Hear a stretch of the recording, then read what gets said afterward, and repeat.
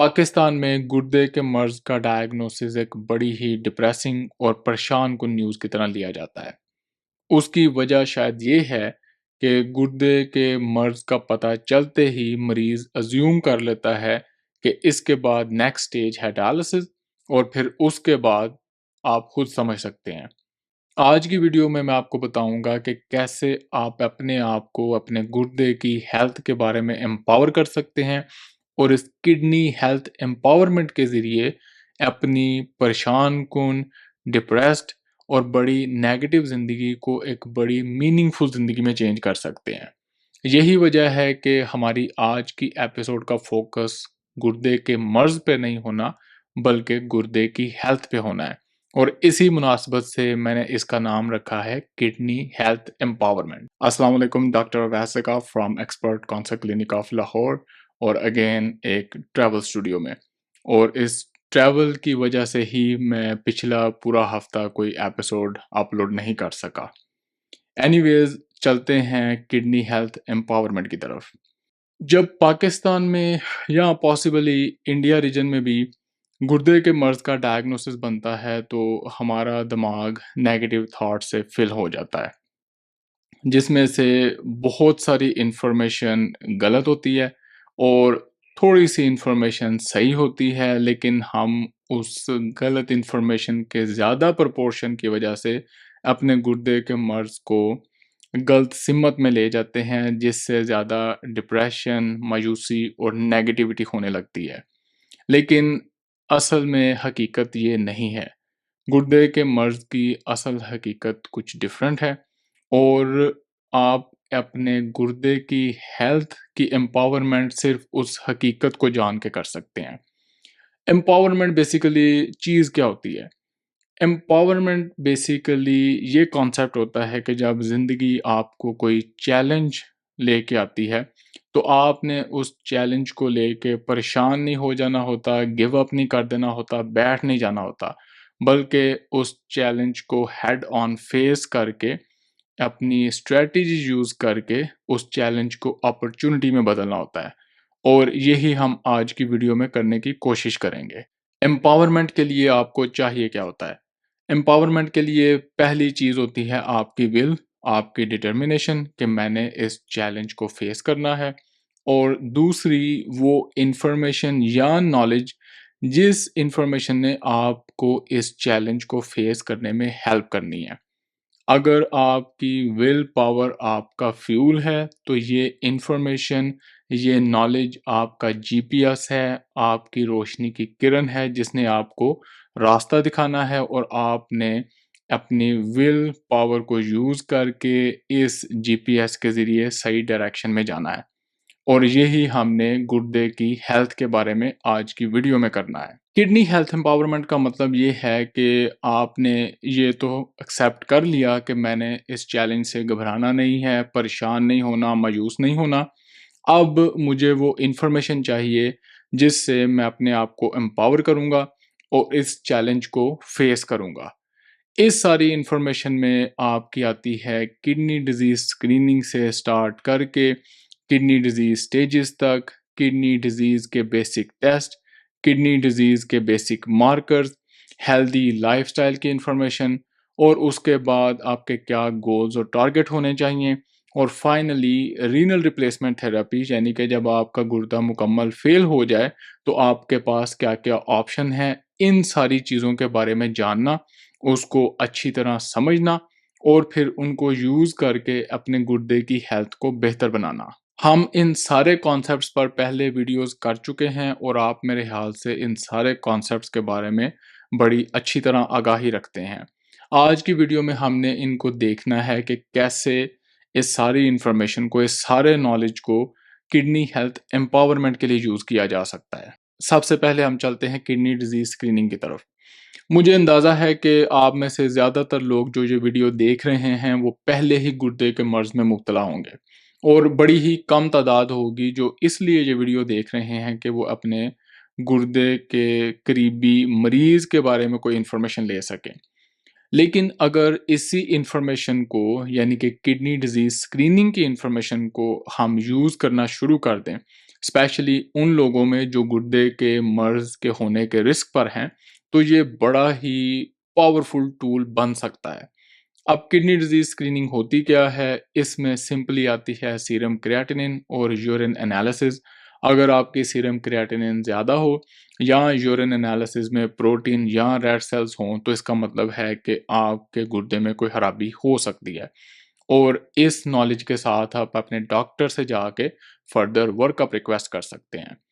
वो मरीज़ जो गुर्दे का मर्ज़ होने के रिस्क पर हैं, जैसे डायबिटीज़ के मरीज़, ब्लड प्रेशर के मरीज़, वो मरीज़ जो बहुत ज़्यादा दवाइयाँ यूज़ करते हैं, या ऐसे मरीज़ जिनमें गुर्दे के मर्ज़ की फैमिली हिस्ट्री है। इन सब को चाहिए कि साल में 1 दफ़ा या 2 दफ़ा किडनी डिज़ीज़ स्क्रीनिंग करवाते रहें, क्योंकि जितनी जल्दी गुर्दे के मर्ज़ का पता चलेगा, उतना ही बेहतरी से हम उसको रोक सकते हैं या इवन रिवर्स भी कर सकते हैं। दूसरे नंबर पे जो टूल आपको बहुत ज़्यादा एम्पावर कर सकता है, वो है अपने गुर्दे के मर्ज़ की स्टेजेस को समझना और इसकी प्रोग्रेशन को समझना, यानी कि ये किस तरह बढ़ता है और कैसे इसको रोका जा सकता है। गुर्दे के मर्ज़ की 5 स्टेजेस होती हैं। स्टेज 1 और 2 का मतलब है कि आप किसी किस्म के गुर्दे के मर्ज़ के होने के रिस्क पर हैं, और स्टेज 3 उस वक़्त नुमायाँ हो जाती है जब आपका जीएफआर 60 से कम हो जाता है और बड़ा प्रोमिनेंट किस्म का स्ट्रक्चरल डैमेज गुर्दे को हो चुका होता है। और बाज़ अंदाज़ों के मुताबिक इस वक़्त, यानी कि जब आपका जीएफआर 60 से कम होता है, तो इसका मतलब है कि 60-70% गुर्दा आपका डैमेज हो चुका है। इसको समझना बहुत ज़रूरी है। फिर इसके साथ-साथ क्रिएटिनिन का कितना नंबर होता है, और क्रिएटिनिन और ऐज को मिला के कैसे आप अपना ईजीएफआर कैलकुलेट करते हैं। आपके प्रोटीन यूरिया का क्या नंबर होता है, नॉर्मल प्रोटीन यूरिया कितना होता है, अगर ज़्यादा प्रोटीन यूरिया हो तो उसका क्या मतलब है। जब आप अपने गुर्दे के मर्ज़ को कंट्रोल करें, तो आपके गुर्दे के मर्ज़ के बढ़ने की स्पीड क्या होती है, और नॉर्मल इंसान में गुर्दे के मर्ज़ या गुर्दे के काम के बढ़ने की क्या स्पीड होती है, ये बेसिक चीज़ें आपको पता होनी चाहिए। यहाँ से आपको फिर अंदाज़ा होगा कि आप किसी वजह के बगैर ही परेशान हो रहे हैं। अगर आप स्टेज 3 किडनी डिज़ीज़ पर हैं और आपका गुर्दे का मर्ज़ वेल कंट्रोल्ड है, तो आपका ईजीएफआर सिर्फ़ साल में 1 या 2 एमएल गिरना चाहिए या उससे भी कम गिरना चाहिए। और जब आप इसको कैलकुलेट करेंगे, तो आपको अंदाज़ा होगा कि अभी मैं 15, 20 या मेबी 30 साल तो बड़े आराम से गुर्दे के काम से निकाल सकता हूँ। तो वो जो आपको वहम पड़ गया है, वो जो आपको परेशानी हो गई है कि अब मुझे गुर्दे का मर्ज़ हो गया और साथ ही मुझे डायलिसिस पर चले जाना है, तो एट लीस्ट इस स्टेज पर आप अपने आप को बड़ी तसल्ली दे सकते हैं।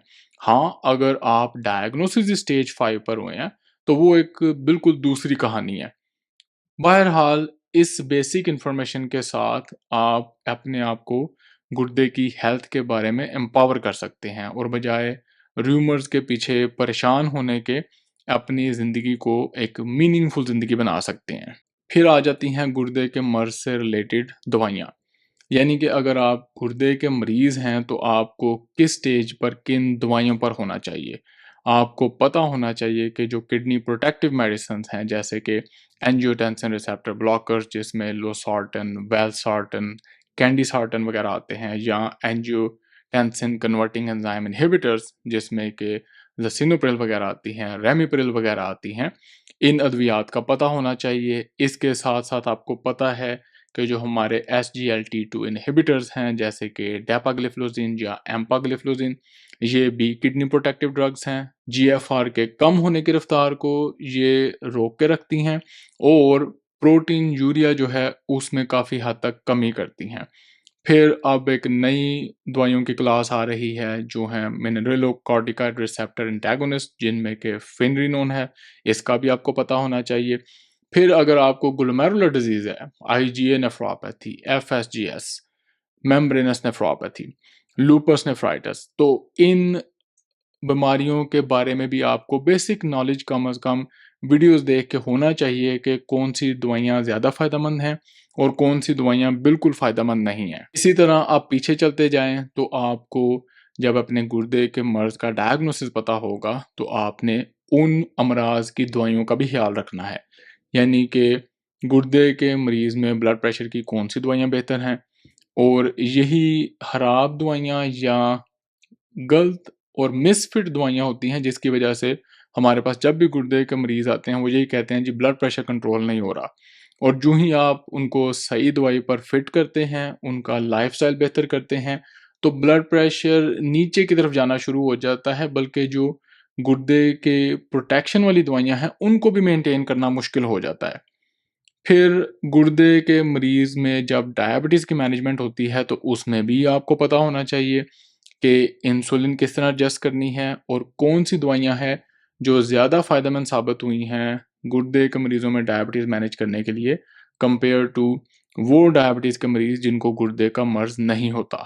और इसके साथ-साथ आपको उन दवाइयों का भी पता होना चाहिए जो गुर्दे के लिए डैमेजिंग हैं जैसे कि पेन किलर्स, आइबुप्रोफेन वगैरह, नेप्रोक्सेन वगैरह या कोई भी हर्बल प्रोडक्ट या इसी तरह का नॉन सर्टिफाइड प्रोडक्ट जो आपके गुर्दे को डैमेज कर सकता है। और आखिर में वो अद्वियात जो गुर्दे के मर्ज़ की कॉम्प्लिकेशन को मैनेज करने के लिए यूज़ होती हैं जैसे कि सोडियम बाइकार्बोनेट टैबलेट्स जिनको के बाइकार्बोनेट लेवल को मेंटेन करने के लिए यूज़ किया जाता है। या लो फॉस या वो अद्वियात जो फास्फोरस लेवल को लो करने के लिए यूज़ की जाती हैं। फिर विटामिन डी जिसको कि विटामिन डी 3 फॉर्म में भी लिया जाता है और विटामिन डी की एक्टिव फॉर्म में भी लिया जाता है और इसका मकसद भी फास्फोरस, कैल्शियम और पैराथायरॉयड हार्मोन लेवल को मेंटेन करना होता है। इन सारी अद्वियात के बारे में आपको बेसिक इन्फॉर्मेशन होनी चाहिए कि आप क्यों ले रहे हैं, इनकी क्या डोज़ है और अगर आप नहीं लेंगे तो उनका क्या नुकसान होगा शॉर्ट टर्म या लॉन्ग टर्म। फिर नंबर 4 पे हमारे पास आ जाता है हमारा फेवरेट हेल्दी लाइफ़स्टाइल। गुर्दे के मरीज़ को या किसी भी इंसान को क्या हेल्दी लाइफ़स्टाइल अडॉप्ट करना चाहिए, उसकी बेसिक इन्फॉर्मेशन आपको होना बहुत ही ज़रूरी है। और किडनी हेल्थ एम्पावरमेंट के सिलसिले में जो एक सबसे पावरफुल सेगमेंट है आपकी विल पावर के बाद, वो ये हेल्दी लाइफ़स्टाइल की इन्फॉर्मेशन है। आइंदा आने वाली वीडियोस में मैं हेल्दी लाइफ़स्टाइल के फ़वाइद को पेशेंट केसेस के साथ प्रेज़ेंट करूँगा और आपको बताऊँगा कि कैसे वो मरीज़ जो हेल्दी लाइफ़स्टाइल अडॉप्ट करते हैं और वो मरीज़ जो हेल्दी लाइफ़स्टाइल अडॉप्ट नहीं करते, इन दोनों में गुर्दे के मर्ज़ की बेहतरी में कितना ज़्यादा फ़र्क होता है और उसकी बेसिक वजूहात क्या हैं। बहरहाल आपको बेसिक लेवल पे ये पता होना चाहिए कि आपने 40-45 मिनट या 60 मिनट कम से कम दिन में वर्जिश करनी है और ये वर्जिश होती है in addition to active lifestyle. अब ये नहीं कि आप सारा दिन बैठे हैं, खा रहे हैं और जो मर्ज़ी कर रहे हैं, हिल भी नहीं रहे और सिर्फ़ 40 मिनट वॉक करके कहें जी कि अब मैंने बहुत ज़्यादा कर लिया है। ये 40-45 मिनट मिनिमम एक्टिविटी के हैं, उसके अलावा भी सारा दिन आपने मूवमेंट करते रहना है, हिलते-जुलते रहना है।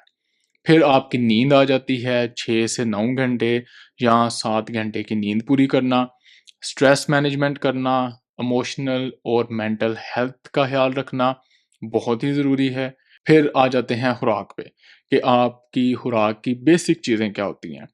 खुराक के बारे में बहुत ज़्यादा कन्फ्यूजन भी होती है और बाज़ औक़ात मरीज़ नाराज़ भी होते हैं क्योंकि मैं खुराक पर बहुत ज़्यादा वीडियोज़ नहीं बनाता। उसकी वजह क्या है वो मैं आपको बताऊँगा फ्यूचर में। लेकिन आपने सिंपली ये याद रखना है कि खुराक वाला जो मामला होता है ना वो बड़ा इंडिविजुअल होता है। हर इंसान की अपनी जेनेटिक्स है, अपनी सोच है, अपना दिमाग है, अपना बॉडी हैबिटस है। कुछ जनरल डायरेक्शन पेशेंट को दी जा सकती हैं। अगर आपने अच्छे लेवल पे अपनी खुराक को मेंटेन करना है, तो कुछ जनरल इंस्ट्रक्शन दी जा सकती हैं। कोई चार्ट फ़ॉलो करके आप लाइफ़ लॉन्ग अपनी खुराक को मेंटेन नहीं कर सकते।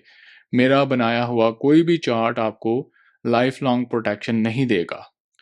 आपको अपनी खुराक एडजस्ट करने का मज़ा तब भी आएगा जब आप उसको आहिस्ता-आहिस्ता इंटरनेट से या किताबों से देख के लर्न करेंगे, उसको बेहतर बनाएँगे, आपको खुद ही आइडिया होना शुरू हो जाएगा कि क्या चीज़ें मेरी सेहत के लिए बेहतर हैं और वो मैं कर सकता हूँ और क्या चीज़ें हैं जो मेरी सेहत के लिए बेहतर नहीं है, लेकिन मैं कर नहीं सकता। बड़े सिंपल अल्फाज में आपने 4 ग्राम से कम नमक इस्तेमाल करना है, यानी कि 1 टीस्पून से कम नमक। चीनी मैं हमेशा कहता होता हूँ बिल्कुल अवॉइड करें। जिस चीज़ में भी मीठा है उसको मुकम्मल तौर पर घर से ख़त्म कर दें। उसके बाद जो बाकी आपकी 2000 कैलोरीज़ मेन पूरे दिन में आपने यूज़ करनी है, उस सारी 2000 कैलोरीज़ को हेल्दी डाइट में कन्वर्ट करें। जिसमें एक बहुत बड़ी फ्यूचर में कन्फ्यूजन आ रही है कार्बोहाइड्रेट्स की, क्योंकि हमें सारा दिन बचपन से सुबह से लेके शाम तक पढ़ाया जाता है, ज़बरदस्ती किया जाता है जी रोटी खाओ, चावल खाओ, ज़बरदस्ती कार्बोहाइड्रेट्स खाओ। और लेकिन जो मॉडर्न थ्योरीज़ हैं वो कार्बोहाइड्रेट इस्तेमाल करने के ख़िलाफ़ हैं, स्पेशली रिफाइंड कार्बोहाइड्रेट्स। उसको आपने अपनी तबीयत के मुताबिक एडजस्ट करना है और उसको कम से कम पर लेके जाना है। प्रोटीन आप ले सकते हैं एज़ किडनी डिज़ीज़ 0.7 ग्राम पर किलोग्राम, जो कि वही प्रोटीन की अमाउंट है जो डब्ल्यूएचओ हेल्दी इंसान को रिकमेंड करती है। यानी कि गुर्दे के मरीज़ में एटलीस्ट स्टेज 3 और 4 तक किसी किस्म की प्रोटीन रिस्ट्रिक्शन नहीं चाहिए होती। प्रोटीन रिस्ट्रिक्शन का बेसिकली मतलब ही ये होता है कि उस इंसान के मुकाबले में, हेल्दी इंसान के मुकाबले में जो बहुत ज़्यादा प्रोटीन खा सकता है कोई अपीरेंट डैमेज के बगैर, उसके मुकाबले में हम इसको रिस्ट्रिक्शन कहते हैं। रिस्ट्रिक्शन का ये मतलब नहीं है कि अगर नॉर्मल इंसान 0.7 ग्राम पर किलोग्राम पूरे दिन में खा सकता है, तो आप 0.4 या 0.5 पे चले जाएँ। वो कुछ एक्सेप्शनल केसेस में हम रिकमेंड करते हैं। नॉर्मल किडनी डिज़ीज़ पेशेंट के लिए वही प्रोटीन की इनटेक की अमाउंट रिकमेंडेड है जो कि हेल्दी इंसान में रिकमेंडेड है। फिर आपने खुद ही लर्न करना है कि किन खुराकों में पोटेशियम ज़्यादा है, किन में कम है, किन में फास्फोरस ज़्यादा है, किन में कम है, कौन से फैट्स, ऑयल्स या घी आपके लिए फ़ायदेमंद है, किन में आपको नुकसान है, कितने ग्राम आप दिन में खा सकते हैं, ये सारी चीज़ें आपने गूगल से खुद ही लर्न करनी है। और जब आप खुद लर्न करेंगे, आपको कुछ टाइम लगेगा, मे बी हफ्ते और महीने लग जाएँ, पर उसके बाद आपको जब ज़बानी याद हो जाएगा सारा कुछ, तो आपको कन्फ्यूजन नहीं होगी। आपको ये अजीबो-गरीब नहीं लगेगा कि डॉक्टर अवैस कुछ और बात कर रहा है और फलाँ डॉक्टर कुछ और कह रहा है, क्योंकि जो मेन थ्योरी है, जब आप अपने नॉलेज के साथ जाएँगे तो आपको पता चलेगा कि बेसिक्स सबकी सेम है, सिर्फ़ प्रेज़ेंट करने का तरीका डिफ़रेंट है। और हेल्दी लाइफ़स्टाइल में आखिरी और सबसे अहम टॉपिक होता है वर्क लाइफ़ बैलेंस या सोशल लाइफ़, यानी कि आपने अपने काम और अपनी ज़िंदगी को बैलेंस करके रखना है। इस सारी इन्फॉर्मेशन का, अद्वियात का और हेल्दी लाइफ़स्टाइल का बेसिक मकसद क्या है, वो आपकी नज़र से नहीं हटना चाहिए। और ये भी एक बड़ा ही एम्पावरिंग फैक्टर होता है। जब आप ये सारी चीज़ें एक ख़ास गोल के लिए करेंगे, आपका एक ख़ास टारगेट होगा, तो फिर आपको कोई बेवकूफ़ नहीं बना सकेगा, आपको कोई कन्फ्यूज़ नहीं कर सकेगा। आपको पता होना चाहिए कि मेरा ब्लड प्रेशर टारगेट है 130/70, अगर प्रोटीन यूरिया नहीं है, और अगर प्रोटीन यूरिया आपको है, तो आपका ब्लड प्रेशर का टारगेट 120-110 सिस्टोलिक की तरफ जाना चाहिए। इसी तरह हीमोग्लोबिन A1C का टारगेट आपको पता होना चाहिए। आपको अपना पोटेशियम लेवल पता होना चाहिए, फास्फोरस लेवल कितना रखना है, स्टेज 4 और 5 में आपका पीटीएच लेवल कितना होना चाहिए। उसके बाद आपकी जो बाकी सेहत है, उसके बारे में कुछ बेसिक नंबर्स और आइडिया आपको होना चाहिए। जब आपको ये सारी बेसिक इन्फॉर्मेशन होगी, तो आपको पता होगा मैं कौन-सी दवाई किस चीज़ को अचीव करने के लिए इस्तेमाल कर रहा हूँ, या मैं अपनी वर्ज़िश और खुराक को क्या मेंटेन करने के लिए कर रहा हूँ। और इसका सबसे बड़ा फ़ायदा ये होता है कि कोई बाहर से आके बंदा आपको आपके टारगेट से हिला नहीं सकता। जब आपको पता है कि आप वर्ज़िश, हेल्दी लाइफ़स्टाइल से अपनी डायबिटीज़ को रिवर्स कर रहे हैं, अपने प्रोटीन यूरिया को कम कर रहे हैं, क्रिएटिनिन के नंबर को अच्छा मेंटेन कर रहे हैं, तो कोई आपको ये नहीं आके कह सकता कि यार तुम्हें ना दवाई से फ़र्क कोई नहीं पड़ रहा, आओ मैं तुम्हें फलाँ बंदे के पास लेके जाऊँ। आप उसको कहेंगे कि यार मुझे बिल्कुल बेहतरीन फ़र्क पड़ रहा है, मुझे समझ है कि गुर्दे के मर्ज़ के साथ इतना प्रोटीन यूरिया होना चाहिए। मेरा पहले 2 ग्राम था, अब मैं 200 मिलीग्राम पे आ गया हूँ और ये नॉर्मल रेंज है और मैं बड़ा फिट महसूस कर रहा हूँ, तो मुझे किसी और डॉक्टर या दवाई की ज़रूरत नहीं है। और दूसरी तरफ अगर आपके ये टारगेट अचीव नहीं हो रहे किसी डॉक्टर की दवाई से या हेल्दी लाइफ़स्टाइल से, तो फिर आप बल्कि बढ़ के एक सेकंड ओपिनियन लें। वो कोई भी डॉक्टर हो, उससे पहले क्वेश्चन करें कि डॉक्टर साहब मैंने तो ये पढ़ा है या ये सीखा है अपने गुर्दे के मर्ज़ के बारे में, लेकिन आपकी दवाई से, आपकी ट्रीटमेंट से, आपकी मैनेजमेंट से मुझे ये गोल्स अचीव नहीं हो रहे। तो अब इसके लिए हम क्या कर सकते हैं? अगर तो वो आपको बड़ा सैटिस्फाइंग किस्म का आंसर दें, तो फिर आप उसको कंटिन्यू करें कुछ और महीनों के लिए। लेकिन अगर आपको लगे कि उनको खुद समझ नहीं है या वो आएँ-बाएँ शाएँ कर रहे हैं, तो फिर मैं हमेशा खुद पेशेंट्स को रिकमेंड करता हूँ कि आप एक सेकंड ओपिनियन ले लें।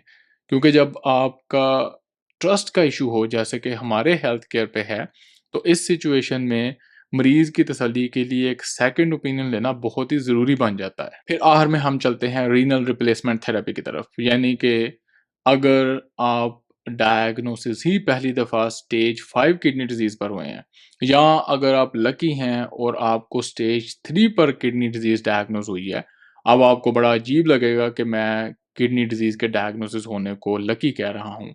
पर अगर आप बिगर पिक्चर देखेंगे और अपने कल्चर को एनालाइज़ करेंगे, तो आपको पता चलेगा कि आप लकी हैं अगर आपके गुर्दे का मर्ज़ स्टेज 3 पर पकड़ा गया है। उस कल्चर में, उस हेल्थ केयर में, उस माहौल में जहाँ पे लोग डायबिटीज़ या ब्लड प्रेशर के मरीज़ होने के बावजूद 20-20, 30-30 साल कभी ब्लड वर्क ही नहीं कराते। साल के बाद स्क्रीनिंग या 2 साल के बाद तो बड़ी दूर की बात है। हमारे पास पेशेंट आते हैं जो 15-20 साल से ब्लड प्रेशर और शुगर के मरीज़ हैं, लेकिन इन्होंने कभी अपना ब्लड वर्क कराया ही नहीं होता। तो ऐसे कल्चर में जहाँ पे हेल्थ केयर से बंदा भागता है, डॉक्टरों पर ट्रस्ट नहीं है और लोग ऑलमोस्ट डॉक्टरों से नफ़रत करते हैं और अपनी सेहत का भी उस तरह ख़्याल नहीं रखते जिस तरह के कोई भी महज़्ज़ब कौम रखती है। तो इस कल्चर में अगर आपको किसी हीले-बहाने से ब्लड वर्क करवाना पड़ जाए और आपका सीकेडी स्टेज 3 पर डायग्नोसिस हो, तो मैं इसको लकी ही समझता हूँ। एनीवेज़ बेशक आप स्टेज 3 सीकेडी पर डायग्नोज़ होके प्रोग्रेशन करके स्टेज 5 पर गए हैं या स्टेज 5 पर ही डायग्नोज़ हुए हैं, तो आपको रीनल रिप्लेसमेंट थेरेपी के बारे में जानना चाहिए। सिर्फ़ आपने ये नहीं एक्सेप्ट कर लेना कि ये जी हीमोडायलिसिस होता है और फिस्टुला बनता है और लाइन डलती है और डायलिसिस शुरू हो जाता है। ऑप्शंस एक्सप्लोर करें, पूछें, जानें, इंटरनेट से देखें, वीडियोज़ देखें कि डायलिसिस की कौन-कौन सी ऑप्शंस अवेलेबल हैं। आपके लिए क्या बेहतर है? जो हीमोडायलिसिस है उसके क्या फ़ायदे हैं? जो पेरिटोनियल डायलिसिस है उसके क्या फ़ायदे हैं? उसके बारे में क्या रूमर्स हैं? उसके बारे में क्या रूमर्स हैं? और क्या ये सारी मिथ्स हैं? किसी तरीके से अगर कोई आपको एंटरटेन करे, तो डायलिसिस वाले पेशेंट से बात करें। इस सारे डायग्नोसिस और चैलेंज से घबराएँ नहीं, बल्कि इसको फ़ेस करें। कोशिश करें कि डायलिसिस वाले किसी पेशेंट से बात हो, उसकी ज़िंदगी के बारे में जाना जाए। वीडियोज़ तो आपको मिल जाएँगी, मैं भी आने वाले दिनों में डायलिसिस वाले पेशेंट का इंटरव्यू करूँगा।